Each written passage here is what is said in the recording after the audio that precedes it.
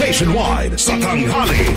Sa detalye ng ating mga balita, mga kabrigada, dating Congressman Arnulfo Arnie Teves ililipat sa New Bilibid Prison sa Muntinlupa.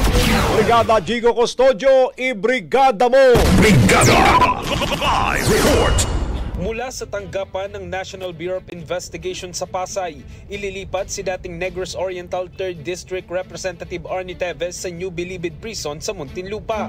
Mananatili siya sa Building 14 ng Maximum Security Compound ng NBP. Ito yung NVI Detention Facility na nasa loob ng Bilibid. Bago ito, iniharap muna ng NBI si Teves sa media. Ayon kay Teves, nalulungkot siya dahil makukulong siya kahit hindi pa siya convicted. Hiling niya, sana mabilis ang maging takbo ng kaso dahil naniniwala siya na malinis ang kanyang konsensya.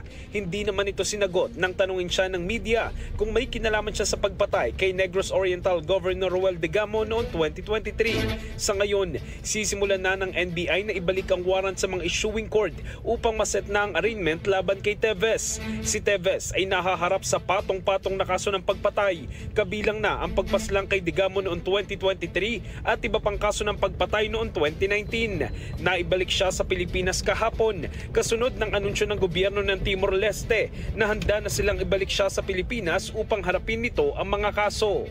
In the heart of changing lives, ako si Brigada Jigo Custodio ng 105.1 Brigada News of Manila, the Music News Authority. Bagong-bago, Brigada Balita Nationwide. Ang bahaging ito ay hatid sa atin ng DriveMax Herbal Capsule. Lalaking angat, tumatagal.